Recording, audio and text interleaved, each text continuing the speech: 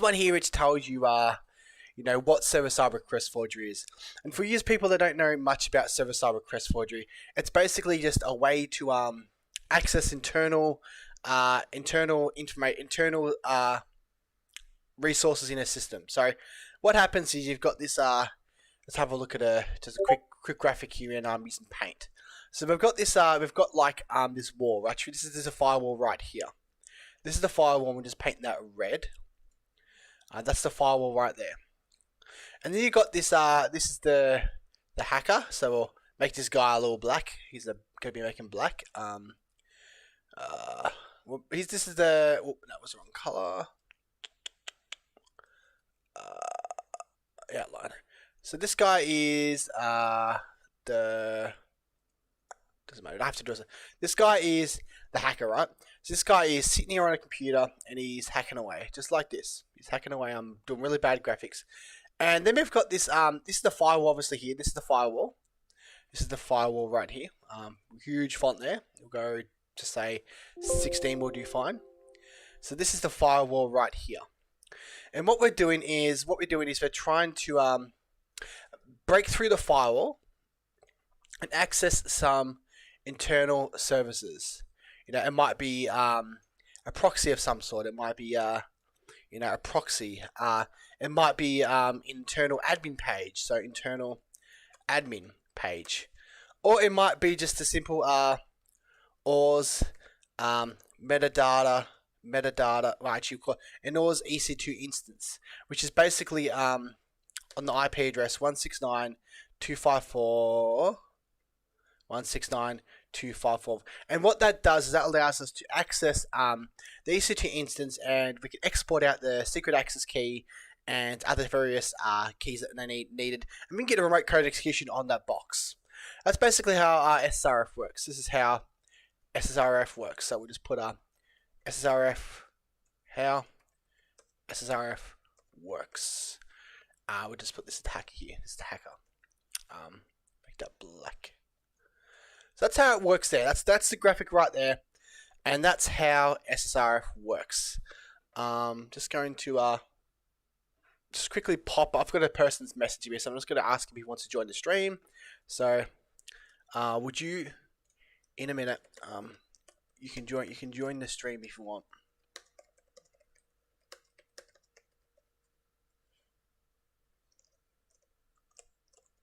Learn about SSRF. I'll send him the link just to the stream just quickly.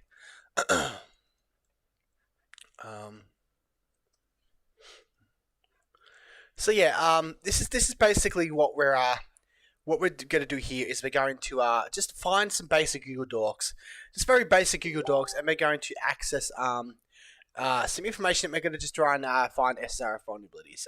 He just messaged back. Yeah, awesome. Okay, so let's get started. So let's wait for him to join. He should be joining shortly. I might just take a quick break until he joins.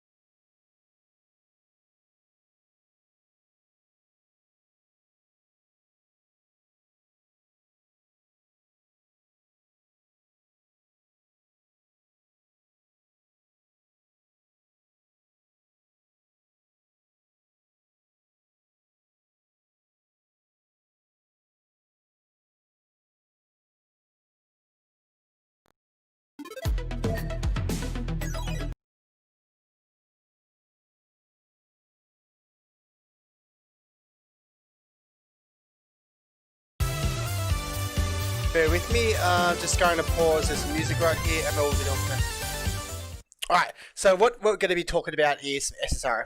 What SSRF is and how we can exploit it. We're going to do some basic Google Doc searches to find some SSRF and learn about how we can actually exploit SSRF in a bug bounty program. So this is how SSRF works in a nutshell. So we've got this firewall in the way of the outside network, and then we've got in between the outside network and internal network, right? So this is the hacker here. He's trying to use some sort of exploited vulnerability to access a proxy or an internal admin page or the ORS EC2 instance, which is on 169.254.169.254. Very basic. It's a very basic pattern there. And he needs to break through this firewall and make an internal connection and try and access internal resources. Okay. So what we're going to be doing is we're going to be using Wapalizer just to figure out what actually is running, what stuff is running on the website. And this is what we're going to be following right here. This is a page that we can actually learn off and read what we can do to exploit SSRF. Here's some live examples. Let's look into a basic SSRF example. So here's the page parameter fetching external resource and displaying its content. So if we look at this page here, I'll just go to like www.google.com. Now what happens here? Oh, this one doesn't work. It must be fixed. What about this one still work? And what we do, we also look for like let's see if this one works. This one doesn't work too. Okay, anyway, we'll do some Google Docs. But anyway, there is a website called Payloads of All Things. Now, Payloads of All Things will help us find basically payloads we can use for SSRF vulnerabilities. So these are some live examples here. This is a Jira instance, and this one here is a Jira RCE. This is due to SSRF. So as you can see, the consumer UI is the Jira instance. You look for this in Google Docs, plugin, servlet, or auth users, icon, UI, consumer UI. Now, consumer UI is the vulnerable parameter. So if you look up SSRF in Jira, and then consumer UI, there'll be a lot of bug bounty reports to do with this, but they're very hard to find these days because a lot of people automate it and very hard to find. You might be able to find it on a very old program. But let's have a look at this payload here, which is the EC2 metadata instance payload. IP, sorry, and let's just load that. So I already remember it off by heart. So that's basically 169.254.169.254. Now this might not work, but what we can do is we can use ngrok to see if it's vulnerable.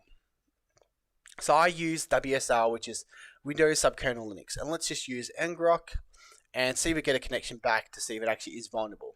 This will be blind SSRF if it's vulnerable, but that's not the vulnerability.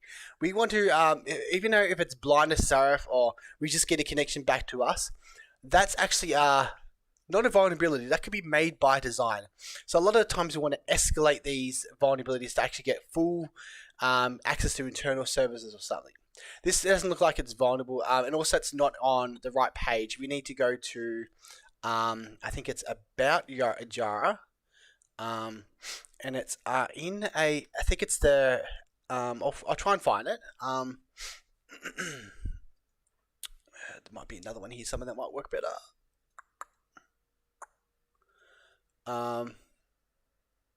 Hey, that's strange. This one's vulnerable because you see what it's doing now is it's fetching Google. So we type in Google and it's fetching that from it's basically fetching Google. So this is indeed vulnerable. Now let's test and see if we can get a connection back to us. We should be able to in this instance because it's fetching Google.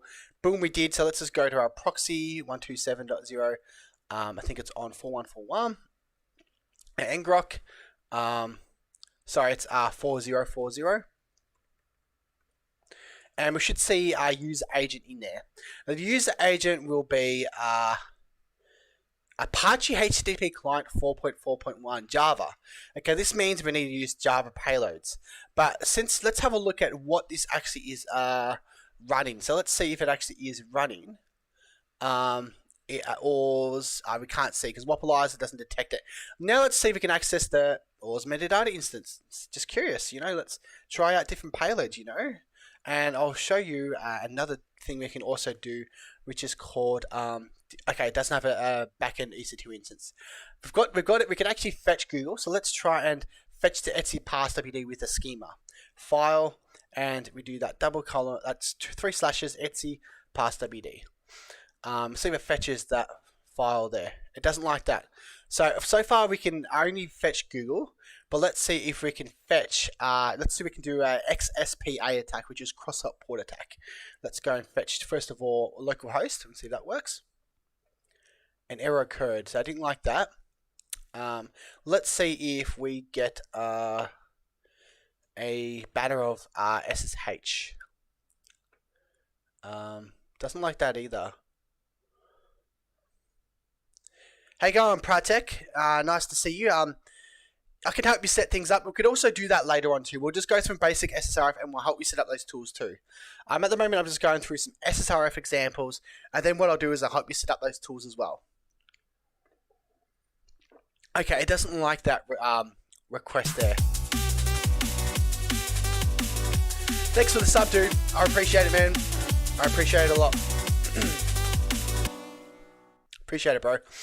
So it doesn't like localhost. So then what the last result we can go to is payloads of all things.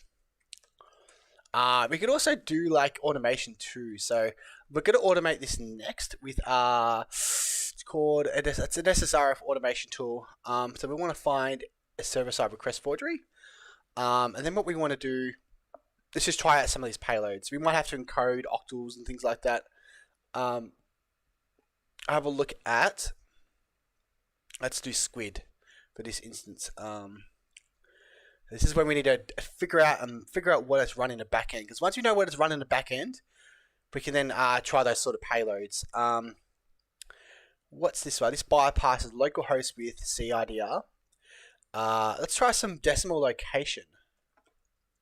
So at the moment we're trying some bypasses to see if we can actually get access to some internal services. And this, by the way, is consumer UI, which has been reported quite heavily, really hard to find. We're not going to go into detail this one, but we're going to move on to some more examples. So these are all consumer UI. Here's one. Here's actually one that's actually vulnerable to, has an EC2 instance in the back end.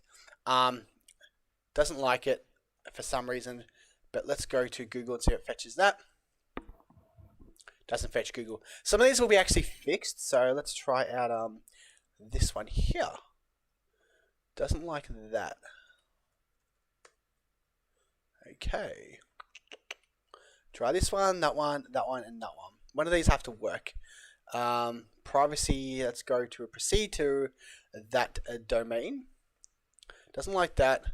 Let's see if one of these works. But there is another website we can go to, and we can check to see if we can actually show you what it looks like when you actually fetch the EC2 metadata instance. Doesn't like that. Doesn't like that.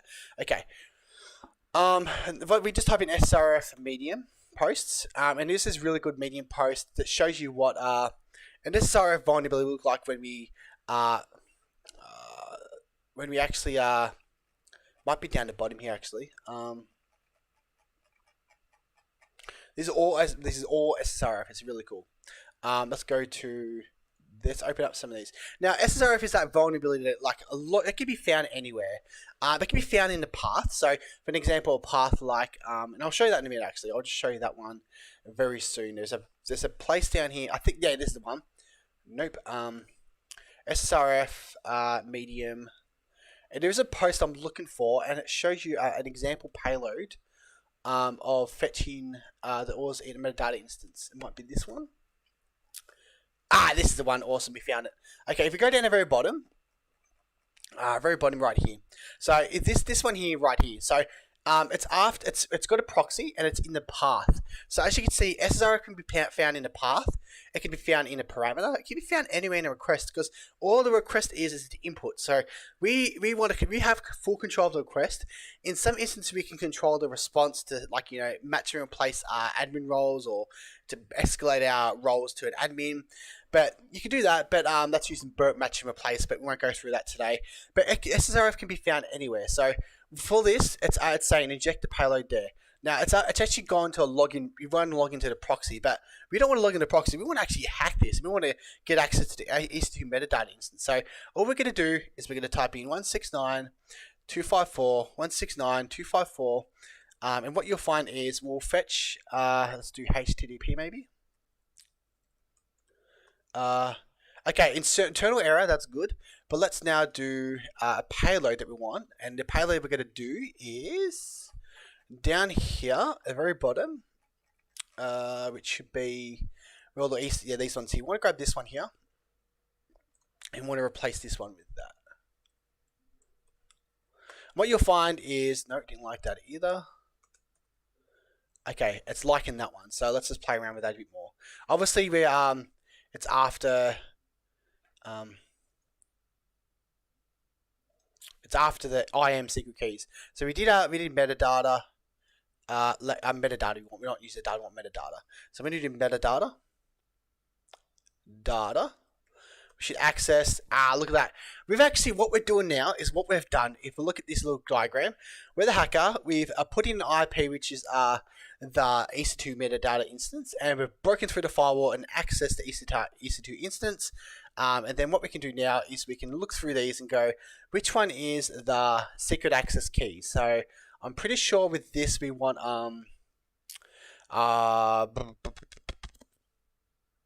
identity credentials, I think.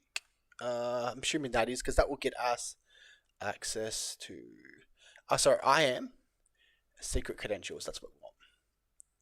Is IAM there? Yeah, IAM's out there. And what you can see, we want flaws too. So flaws is the next one we want to go to. And what you can see here, this is what we're looking for. So this is actually what we're looking for. As you can see here, we've got the secret access key, we've got the access ID, and what then we can do then is we can export those out, and we can then log into that ORS metadata instance, and we can just download all their stuff. Then it might have, like, you know, private photos that I want anyone to access. It might have information on their private information, their private documents, whatever, on the EC2 instance. We basically hacked a cloud computer. And that, you know, there was a big scam going on about how all these celebrities got their photos being stolen, you know, private photos of them naked and stuff like that. This is kind of what they would probably do. They would probably find that they probably got their photos on a Google Cloud or something, and they've hacked the cloud and gotten access to all their photos. I'm assuming that's probably what they've done. But this is an example of a SSRF vulnerability accessing the ORS metadata instance. It can be also found in a parameter like URL equals. But what we're doing here is we could use burp and we can go, okay, we want to match the code success. We can match that and we can type in the this URL here, this metadata instance IP. And so for instance, we might do a burp match and replace with this and match it with this in a response, and then we could, like, you know, look for that everywhere on the website. That's a quick, easy way to automate it. That's a really good vulnerability there, and that there would pay probably a lot of money on a bug bounty program. Okay, so we've done that. Let's have a look at some more vulnerabilities. Where are we? What's on here?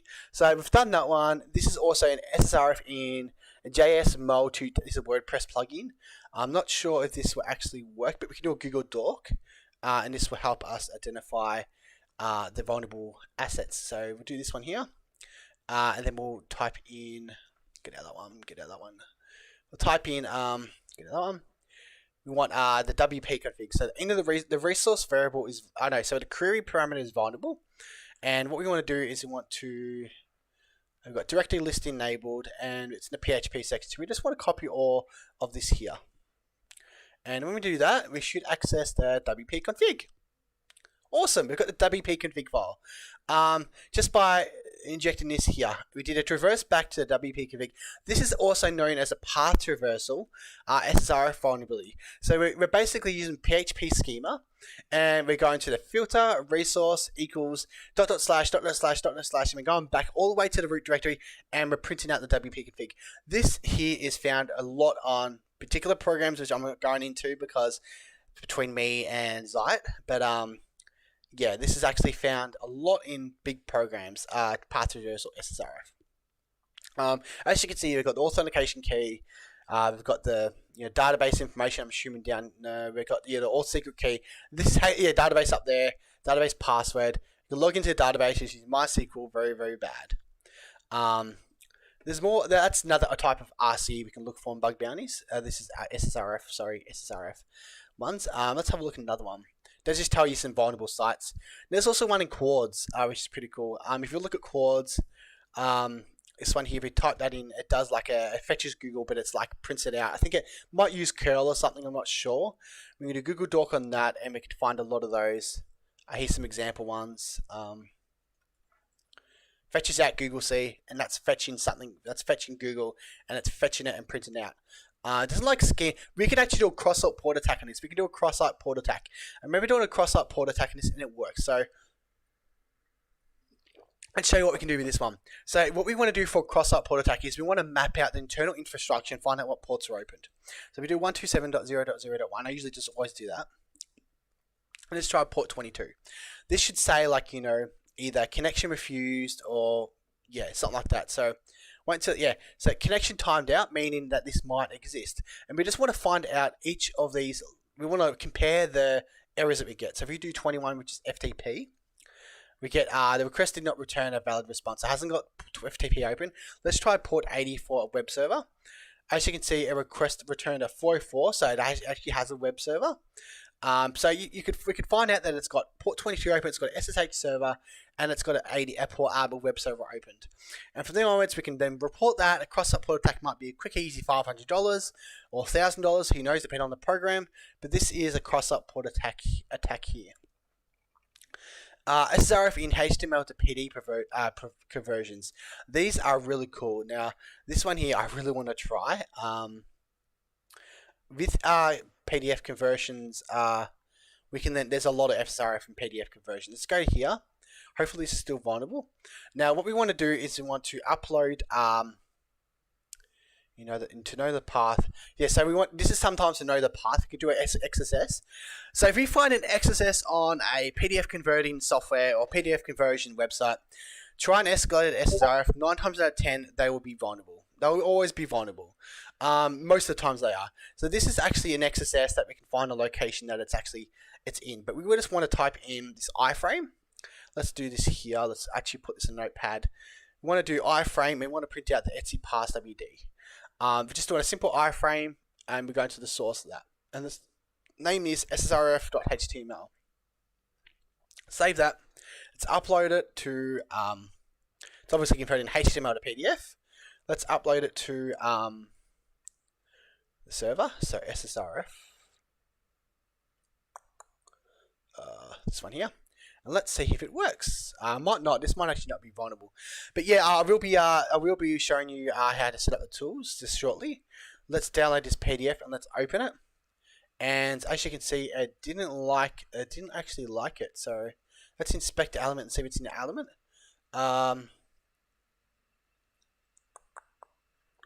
It is causing XSS, which is good, but it didn't like. It's doing an iframe, which is awesome. But we can't actually view the Etsy pass WD file. So if we do a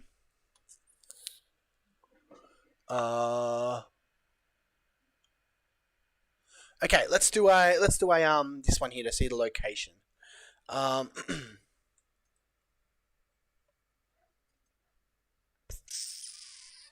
Let's open this up in the PDF conversion software and see if it will show us the location of the web server, SSRF.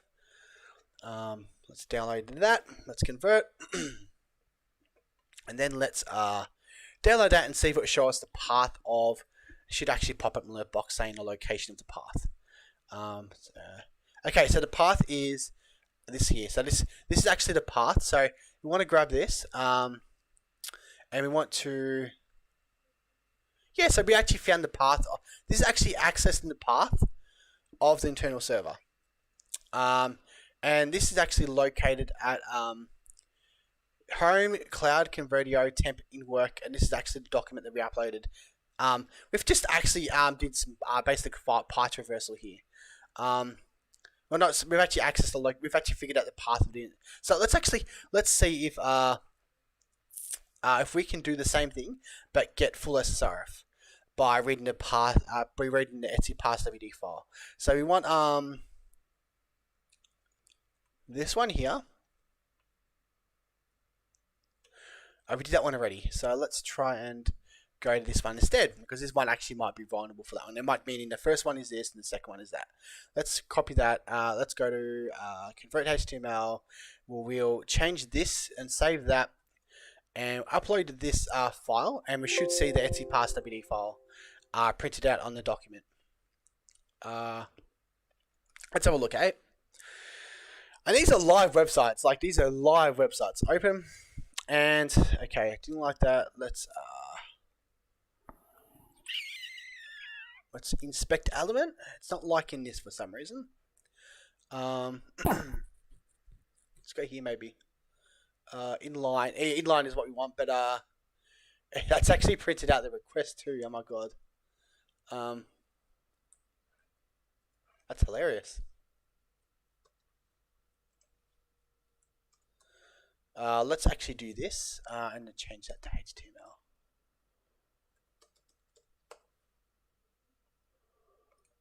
Didn't like it. Anyway, we might have to do more funky stuff, but I'm not going to be doing the stream all this time to actually figure out what we have to do.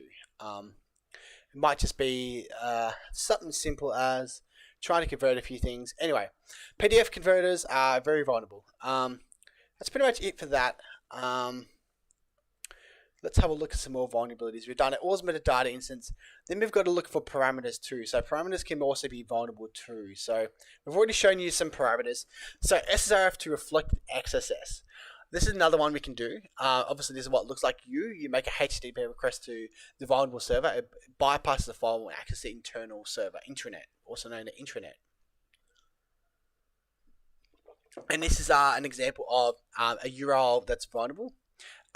It's got malicious.com, hostvictim.com. In the above request, we can see the host is the victim.com and get request is taking a URL as a user input. And it is then we can try some reflected XSS SSRF. We can try all sorts of things. Now, are you still on the stream? What's your name? Pratek. Are you still on the stream? Because I'll show you how to set up some tools for your automation and hacking. So just comment below if you're actually in the stream, and I'll try and help you set all those up. We've learned about some basic SSRF, where to find them, a gyro SSRF, things like that. Just when you're ready, comment in the stream, and I'll help you set up those tools. Don't want you to miss out, or you can always come back. Anyway, I'll get you those set up anyway. I'll do the stream. So with SSRF automation, I'm going to just type in, I think it's called SSRF map. And this is the SSRF map. This is actually an automation tool that helps you find SSRF. I'll be going through all the tools you need to set it up, all your hacking tools. So if you download WSL, are you actually on Kali or WSL? Because if you're on Kali, the same process. So I'm just going to be going to my WSL machine. Thanks for the like, dude. I really appreciate it, man. Really appreciate the like.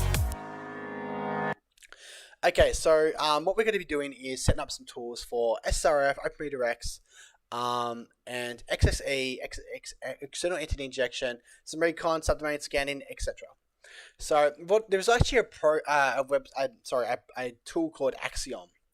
Axiom, it has all the tools that you need to actually do things, and it has all the basic automation tools you can have.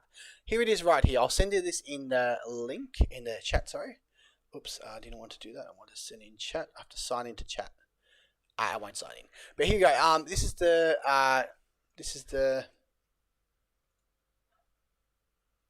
just signing into my YouTube quickly. So here's the right there is the page to the Axiom. And what we want to do is we want to then clone this. So it's all GitHub is, or when you go to GitHub, is when you download things from GitHub, you just say simple git clone and then the SVN. Thanks for like testing too. Really appreciate it. Nice name. So we just download it with git clone.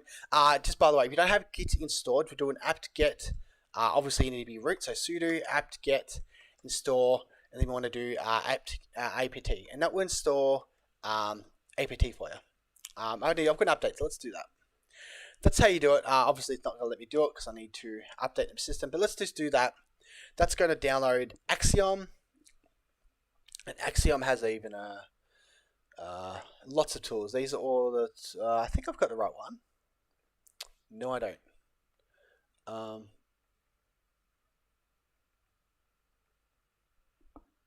had the wrong one. There's many tools called Axiom. Axiom tools. GitHub might be the right one. Here it is. I think it is. Nope. I've got it on Twitter. Let's go to my Twitter quickly. Might be easier because I've got it on there. But it is actually a Thanks for the like testing. There's a lot of testers on the stream there trying to test out something. Trying to hack the stream, eh, bros? Nice. So Axiom. Let's find that quickly. I'm pretty sure is.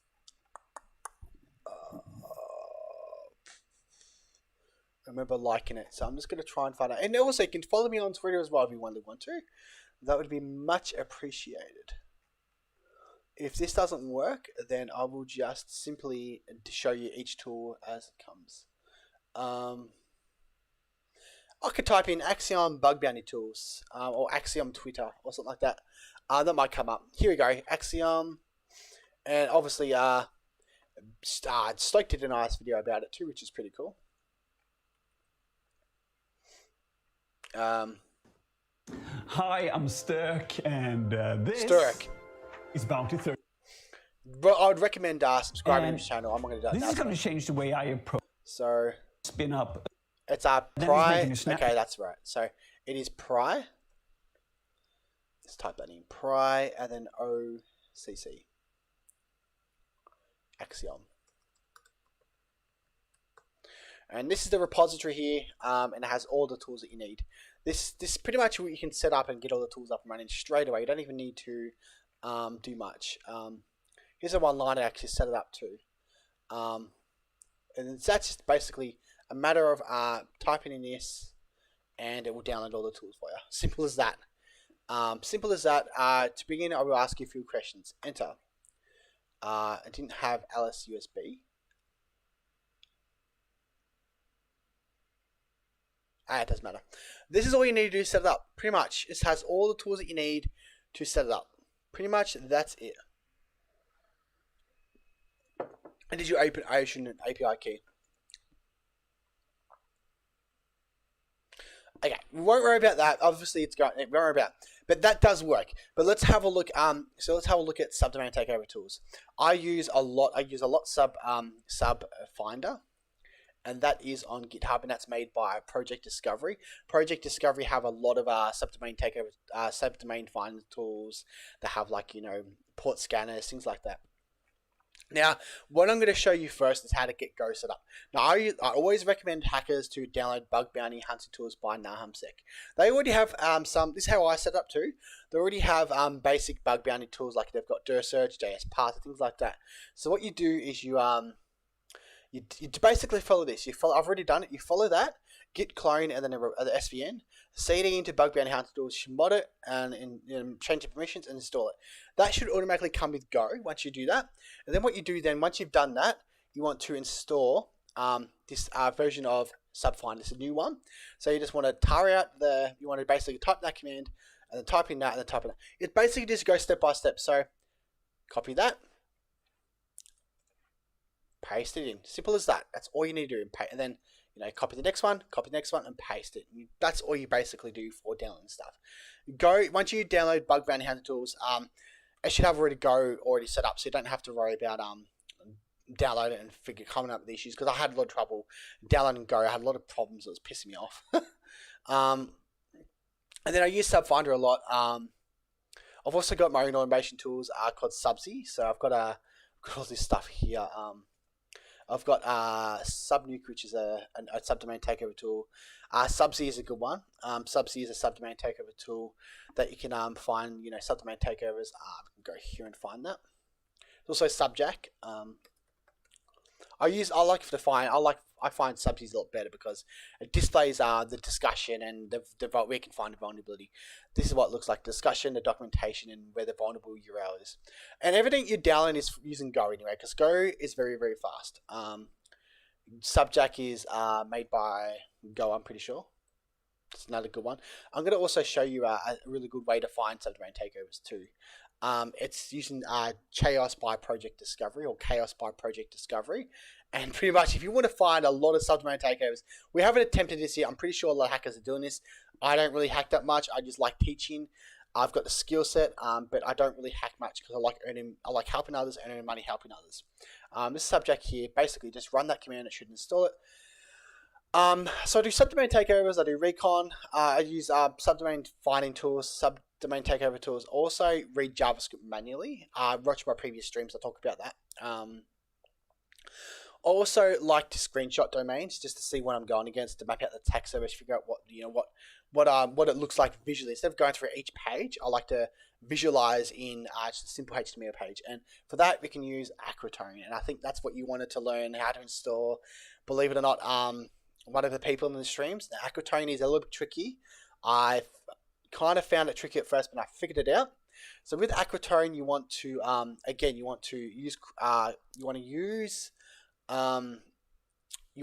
the latest version. So you want to open up that, and there should be 1.7. So you want to download this. Let's show you from scratch. You want to wget this. That's got to download Acrotone. I did ARM, sorry, but you get the gist of the idea. I did ARM by accident. Acrotone, yeah, I've got it up there. So Acrotone Linux. So I want to actually remove this. I did ARM. That's actually Android architecture. So download AMD 64 right there. AMD 6. That's Linux. Perfect. Wget that. And then when that's done, we also need to download Chromium, which is a way that it sort of automates the browsing through websites and taking screenshots. And to do this, all you need to simply do is grab this here. This one here. And it has a one line of script that will actually do it all for you. But obviously, first we need to extract this. So we want to go unzip. We want to unzip this. Unzip this. I think I might have already installed. Yeah, I've already got installed. I want to copy Acrotone to the bin directory, so we can access it pretty much anywhere, or can move it. And then we want to obviously download this. This here. This is our the tool that's going to download the Chromium. And when we do that, it should just basically just wget that again. Oh no, go to the repository and download it there. Just see simply a git clone and things like that. When you have that installed, it should look like this. Should come up with Chromium, latest Linux. And then what you want to do is you want to basically update and run. And that will basically install the latest version of Chromium. And now I'll show you how to screenshot domains. I think with WSL it plays up a bit. I think I need to have WSL2 for it to screenshot. But in Kali it should work perfectly. In the VirtualBox it should work perfectly. But what we'll show you how to do some subdomain scanning and some some screenshotting and some basic subdomain takeovers. So we've got Chromium installed. Now what we want to do is we want to should be in latest. This is the Chrome. This is the what we're going to be using. So let's copy this to bin again. Need permissions. That's all set up. Acrotone is all set up now. So what we need to do, I'll just go to my Recon directory. I've got like all these Recon folders. Let's just have a look at a quick example of let's have a look. Yahoo. Let's cut out the sports all resolved. These are the resolved sports, and I can show you how we do that in a minute. And then what we do is we cut out the sports resolved. That's going to print out line by line each domain, subdomain, and we use Acrotone, and that's all we need to run. Now, as you can see here, this is the error. We can't find Chromium, so we need to just do a simple -h, and we need to specify the binary file for Chromium. So it will be the Chrome path, and where we had it was in Home, Zoid, Chromium, and it was on latest and Chrome. Now that should all work fine. as you can see, it's going through each domain, it's screenshotting them, and at the very end, it's going to generate a HTML file with all the domains screenshotted and stuff. With this request timeout, if you get that all the time, try to change the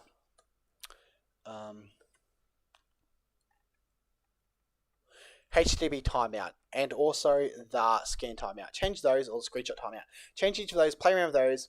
Also, what you can do is you can change the thread so it goes faster or slower. And also, you can also have ports, so it uses large ports. Because some of these ports, actually, you might find some interesting, endpoints that are interesting subdomains that we can actually exploit SSRF with. So 8443, that example of that port is would be let's have a look. I don't know much about this, but I know it's an interesting port. I know that for sure.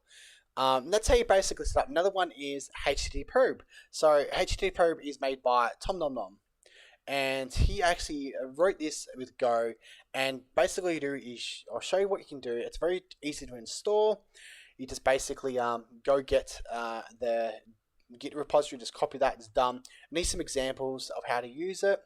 Again, he's using 8443 because I'll show you what that port means in another post that I found online. That's really cool.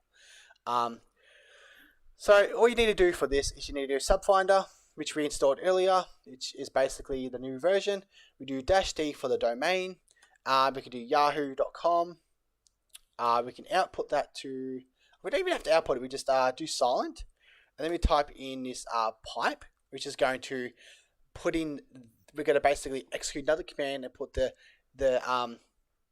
input of this into the next output of the next command, or the output of this into the input of the next command. We're going to do HTTP probe, and we're going to change the concurrency to like 80, and we're going to tee out to a folder called yahoo.resolved/resolved.txt. Now, if this is too complicated, we can split this up. So let's just do this first, and I'll show you another way of doing it. That's going to obviously resolve each URL, each subdomain. But if we want to make this a little bit easier, we can just go -d, which is a domain, and we can output it for a file called yahoo.com.txt. That's going to subdomain scan like that. We'll let that finish to make it bigger. And when that's done, we can already see some interesting domains too. Like we saw corporate, we saw some interesting ones. It was really cool. I've got to show you a tool called Subsy I wrote too, which basically finds some interesting domains, screenshots, and finds endpoints and things like that. And we could also show you how to find endpoints in JavaScript as well. There's a lot of domains, but let's get out of this because there's a lot of them. And we've got a file called yahoo.com.txt, which will have our unresolved domains like this. Now what we want to do is again pipe this to HTTP probe. That's another easy way to do it. And that will basically print out line per one. But what that's going to do, that's not going to save it to a file. So we want to actually pipe it to another fancy Unix command called T. Now what T does is that it's like a T. It's like a shaped T. So one input, somehow half of the input will be appended, and half the output will be just not appended. So basically saves it. Just basically saves it to a file. Pretty much. I'm not going to go into details. So we can call this hosts, or we can call this Yahoo resolved.txt. And again, that's going to be exactly the same way I did it before. But again, it's slower because we need to use the HTTP probe argument -c to change the concurrency to lots a little bit faster. We can also find out the arguments of HTTP probe by always typing in -h for the help. And it says -c is the concurrency level, and it's default 20. So we can change it to 80, so it's a lot faster. Oh, my eyes are starting to hurt. So that's HTTP probe. There's also other ones like JS parser, which finds endpoints using JavaScript. We don't need to worry about that because that's in our tools. We downloaded bug bounty hunting tools. What else is there? There is, and again, there's that Chaos project. Let's have a look at subdomain takeovers. Chaos.project discovery, and I'll put this in the chat too. This one here, if you want to have a look at this, what this does is it has all of the program's domains. Now, obviously with Bentley, there's another 17 subdomains that it's found, that this website's found, and there's a total of 5.3 or nearly 5.4 billion subdomains. Now, with this, you could pretty much download all of these. I don't know how you do a mass download. I think you can just download all. I think I have to download each one individually, or the GitHub repository might have them all. I'm not sure. No, you have to download them individually. And then what you do is when you download them, you just basically sorry, I'll get out of this. I've just gotten into Firefox. Then what you can do is you just basically do this. I'll show you a really cool trick. I'll do it on one of my files. So use subz. Obviously, you can just type in subz and not without any -h because it still shows the arguments. We'll change the concurrency to 100. We'll hide any fails, so it only prints out the valid subdomain takeovers. We'll choose the targets file, which is in my home, my mount, because I want to go to my system drive now. Excuse me. Documents. And we want the domains. And we just type in **.txt, so it prints out every single one. It's actually not -c, it's concurrency. It doesn't have a shortened argument. Timeout should be fine. Verify, no, should be all fine. So now that will basically find all the subdomains on all the files I've downloaded. And there is one that you need to look out for that is actually resolved and you won't find any valid subdomain takeovers. Well, okay, that was pretty damn quick. How many files in domains? That was pretty damn quick. I didn't find any. Okay, there's not many actually, believe it or not. Let's try and just do... Anyway, that was pretty quick. I didn't find any. So what we can also do is we can also do a one-liner code that will using subjack. Now I recommend this one-liner code for very fast subdomain takeovers too. I love this command so much. This is my secret I'm going to give out to you. I'll put it on Twitter as well. And what we want to do is want to say cat out mount c users crypto. We'll just do all these domains again. Documents, domains. And what this will do is it will print out obviously each subdomain, lots of them. But we want to pipe this to a command called xargs. Xargs is used a lot for very fast processing. When you use parallel, -p is how many parallel processes will do 10. So it's going to use our CPU to actually execute the function, the subjack really fast. Sorry about the very bright, the curtains there, it's very bright. Sorry about that. Let's see if I can move around here. Okay, there we go. Okay, so then we want to use -c, and this is going to be the variable, -i, and this is going to be the variable that we're going to input. So we're going to do 2 ats, and then we're going to do -c for a command, so bash. So we want to do bash -c, and then we're going to do this quote, and then angled bracket like that. A curly bracket. I'm going to use subjack, and we're going to do I just want to see if subjack isn't stored. Yes, it is. It takes a domain name, and we can change the concurrency too. So domain will be @, and the threads will do 100, and we will basically it will print out each line as we go. And then we always need to pipe this to file called takeovers, and then we just want to do that. We always need to put a semicolon at the very end, and then close it, and then boom, and then done. I didn't like that.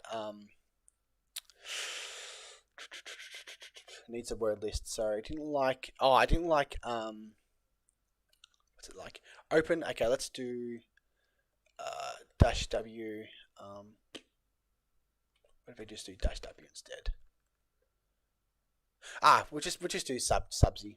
We'll just do subz. Might be easier. Subz -d at t. We'll do concurrency. This command here was what I used in my my program called subnuke. We'll hide fails too. We'll tee it out to a file called takeovers. txt. I've already done that there. And let's see if that works. There's an error with the command -D. He doesn't like that target. Sorry, I remember it's target, not D. And it should work. I didn't like. So target is a variable. And we've done that.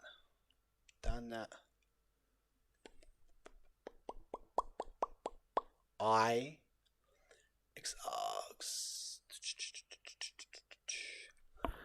hiding. Oh, do you know why? We need to do a set of value. That's going to find all the takeovers. That's going to do 10 concurrent threads, and it's going to find a lot quickly. And when it finds them, Subject does a better job at this too. Subsy doesn't really do a good job, but Exarchs can be used for a lot of different things to make things really fast, execute fast commands. Obviously, there's going to be none, so if we do a cat takeovers, there'll be none.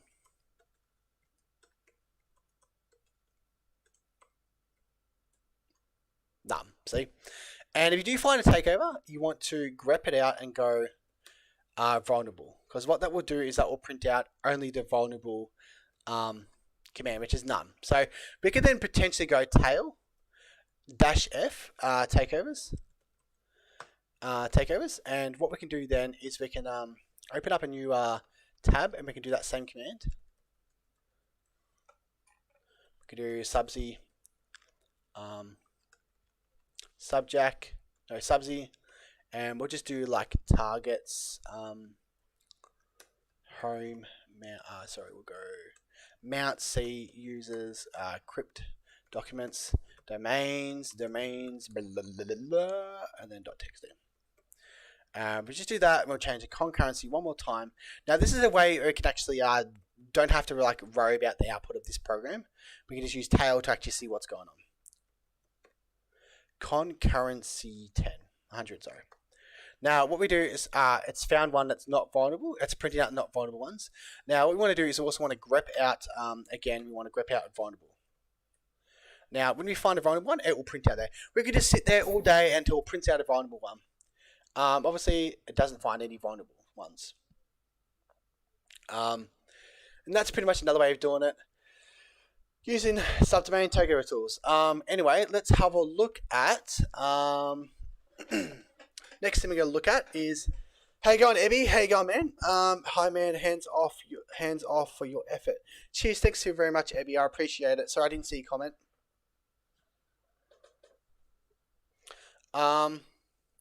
Yeah, Project Chaos is really good. I recommend it.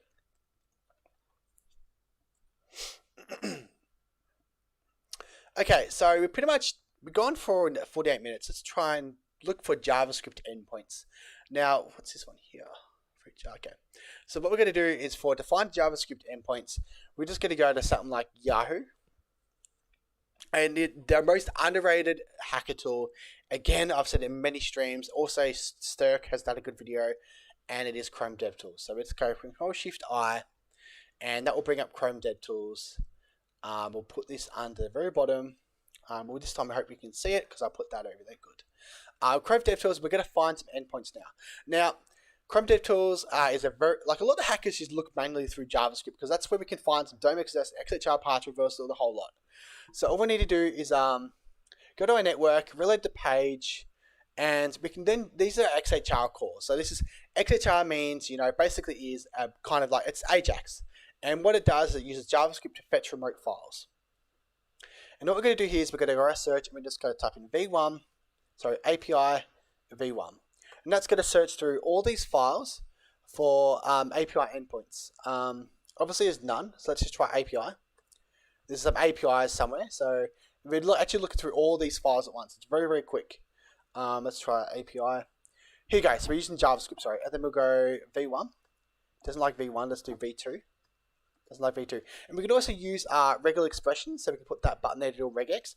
And we can do like API, we can do API v1, we can do API, we can do swagger.yaml, and we can type in multiple commands, and it will find each one in there. So let's have a look. It found some. What did it find? It find API, which was owned by, it's just a string, it's just a comment. We can also do I think is .json. Doesn't find any of that. I did find API though, so let's have a look at that. That's there with that. So we just basically do all those commands there, and then we'll just browse through each domain. We can also use a program called open URLs that will open all the URLs at once, and you can basically preserve the logs. Very useful, this one. If we go to network and preserve log, each domain we load, so like say we go to these ones here, it's going to load all of that into the JavaScript, then we can just search for that and there'll be more of them. We just want to search for API first. We want to find API endpoints. That's index, that's API, but that's not owned by Yahoo. Let's try finance. Let's just load let's sign in first. We'll sign in. But that's basically how I find endpoints in JavaScript. Is just basically search for every single file in JavaScript.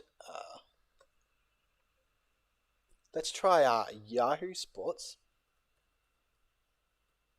Sorry, sports at yahoo.com. And there'll be lots on here because there's obviously sports at Yahoo is a very, very good program, very good domain. Hopefully there's lots. What's here?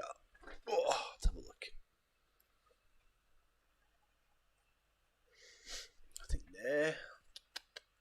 Let's try and do API key, API version 1, and then we'll also do our this one here, which will help us find DOM XSS for jQuery HTML. And let's try jQuery, query.html. We'll enter there. Nothing there. Let's do a simple search and find it.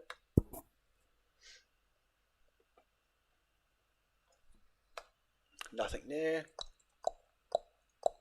Access denied for some reason. And again, we can do a subdomain scan. Another thing we can use is Meg. So Meg's another really useful tool as well, which is made by Tom Nom Nom. So go to Tom Nom Nom's GitHub page and go to Meg and then download Meg from Tom Nom Nom's page. And what we can do here is this is a really useful tool. So with Meg, we can again go to our Recon, go to our Yahoo, and what we're going to do is we're going to find endpoints with Meg. So with that, we can then simply get our paths, which I think we've done it already. Cat paths, and these are our paths we're going to find in our in all the subdomains. These are all the endpoints we're going to find. What we're going to do is we're going to go cat. We'll just do it in Yahoo resolved, which is this one here. We're probably not going to find any. And then we use so we go Meg. Because we should have a host file, so we resolve them and we'll put them in a host file, and that's where they should all be. And also paths need to be set to. Then we go meg-v hosts, and we only want to look for 200 OK responses. So let's have a look at the help, and we want meg-v for the verbose, and we want to save the status codes to 200 OK. Let's do this. Obviously, there's a console here. Might just be a redirect, so who knows? Yeah, it's just going to go there. So that's made by design. And again, you can also change the concurrency, so it's a lot faster, which is very useful to do. And then from there, we can then grep it out when it has obviously it's going to have the output folder with all these things here. And then you can grep out each one and find the interesting stuff. Meg is also used for finding endpoints too. Very useful for Recon, Meg is, and it's really good. We can find API keys, the whole lot. Another really useful one is GF. I think it's called grepful, but I call it girlfriend. I don't know why. And that's made by Tom Nom Nom. Again, Tom Nom Nom makes really sick ass tools. It's called GF. And it's a little bit more tricky to set up, but what we need to do is we need to basically just say what happens. So it does this grep on, it uses JSON to do grep. So this is an example of a PHP sources JSON file. This is what patterns it uses. And it's the flags and it's the pattern, the regular expression. To set it up, we need to install a GF, echo out the GF complete bash to a bash file, and then just do this. And that's all you need to do. And then what we want to do is for this, we can go GF, and these are the ones we can have. Let's have a look for ORS keys. Oh, wow. That's an ORS key, is it? Oh my god, crumbs. Oh my god, crumbs. That's usually, I don't mean to, I shouldn't say that, but Yahoo, there's a way to actually, there's in some files in a JSON-P, there's actually a, links some SSRF tokens. Don't think they're actually, I don't think they're ORS keys, are they? No, I don't think they are. Another, I'm going to show you something interesting next stream, hopefully, is ways to bypass content security policy with a callback. So sometimes with a callback in websites, usually they reflect back your JavaScript payload, and from there onwards you can actually find a vulnerability somewhere and use the image source, and you can actually bypass content security policies using JSON-P callbacks, which is really cool. What other stuff do they have? They have not a WordPress, Firebase would be interesting. Firebase, nothing. It's another program that's called is FireOver, and that's a way to take over Firebase instances. Nothing there. Let's have a look at some cores. A lot of cores, probably. Still word count. Yeah, there'll be a shit ton of cores on here, but some of them might not be vulnerable. I'm gonna do a stream about cores too. I've done it in my Dome Access challenge, but pretty cool. I'm going to go for another 4 minutes. That's an hour. Then I might play some Fortnite with a friend. How you going, man? Kush Agura. Man, it's good to see you again. Good to talk to you again.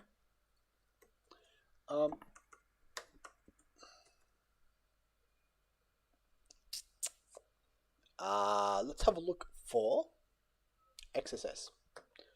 These are all the potential XSS parameters, so let's have a look at an XSS here.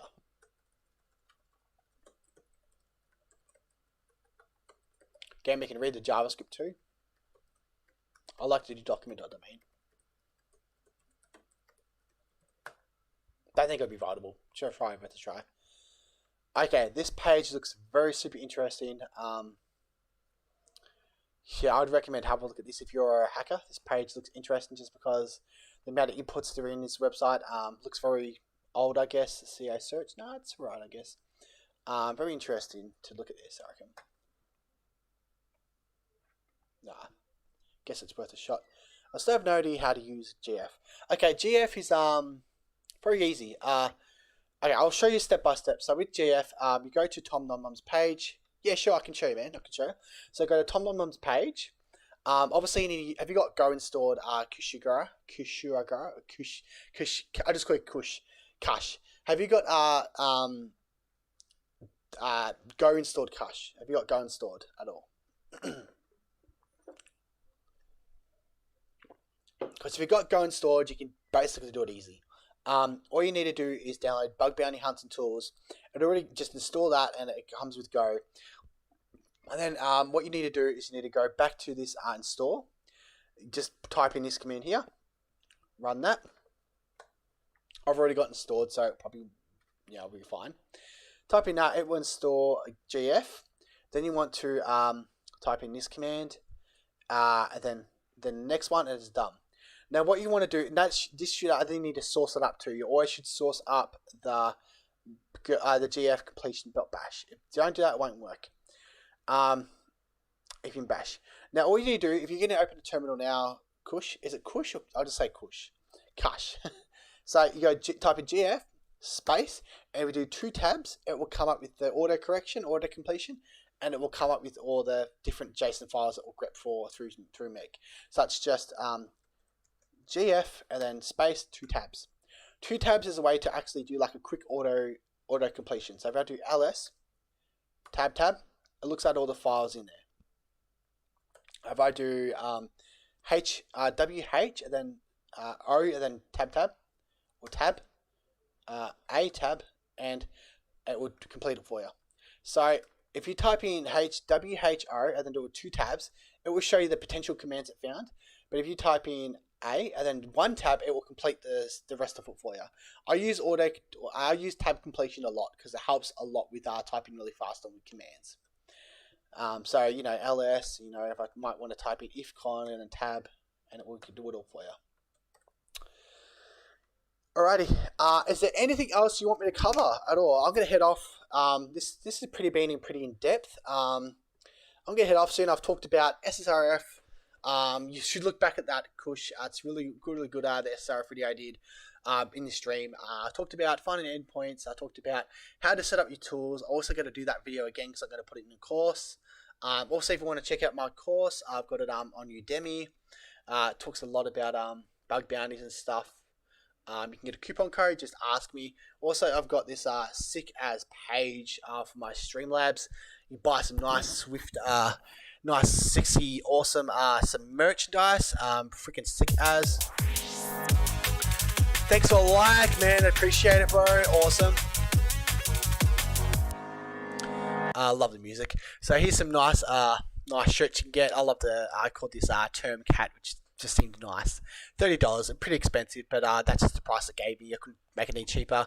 $11 for this one. I'm gonna add more merchandise, but not just yet. But there's pretty cool shit down there, man. It's awesome as. Alright, so I'm on Facebook. If you add me on Facebook, just type in Blake Jacobs, and I always accept all people. You know, I always tend to look out for the dodgy ones. I'll accept you. If you have any questions, just message me on Facebook or message me on YouTube on my new channel. Obviously, this is the channel. The one I'm streaming on is my new one that I'm doing all the streams on. Oh, I see what's happened. I've actually named it Dome XSS. I need to change that. It's a bug. They'll just change that title. Yeah, this is my new YouTube channel. Please subscribe. It'd be awesome. Yeah, I need to change that. That's so dumb of me. That was the same one from before. Anyway, there's a lot of stuff on here. Yeah. Hope you guys have a good night, afternoon, evening, or morning, whatever it is. And I will catch you in the next stream, maybe tomorrow or this week sometime, or who knows. Peace out, bros.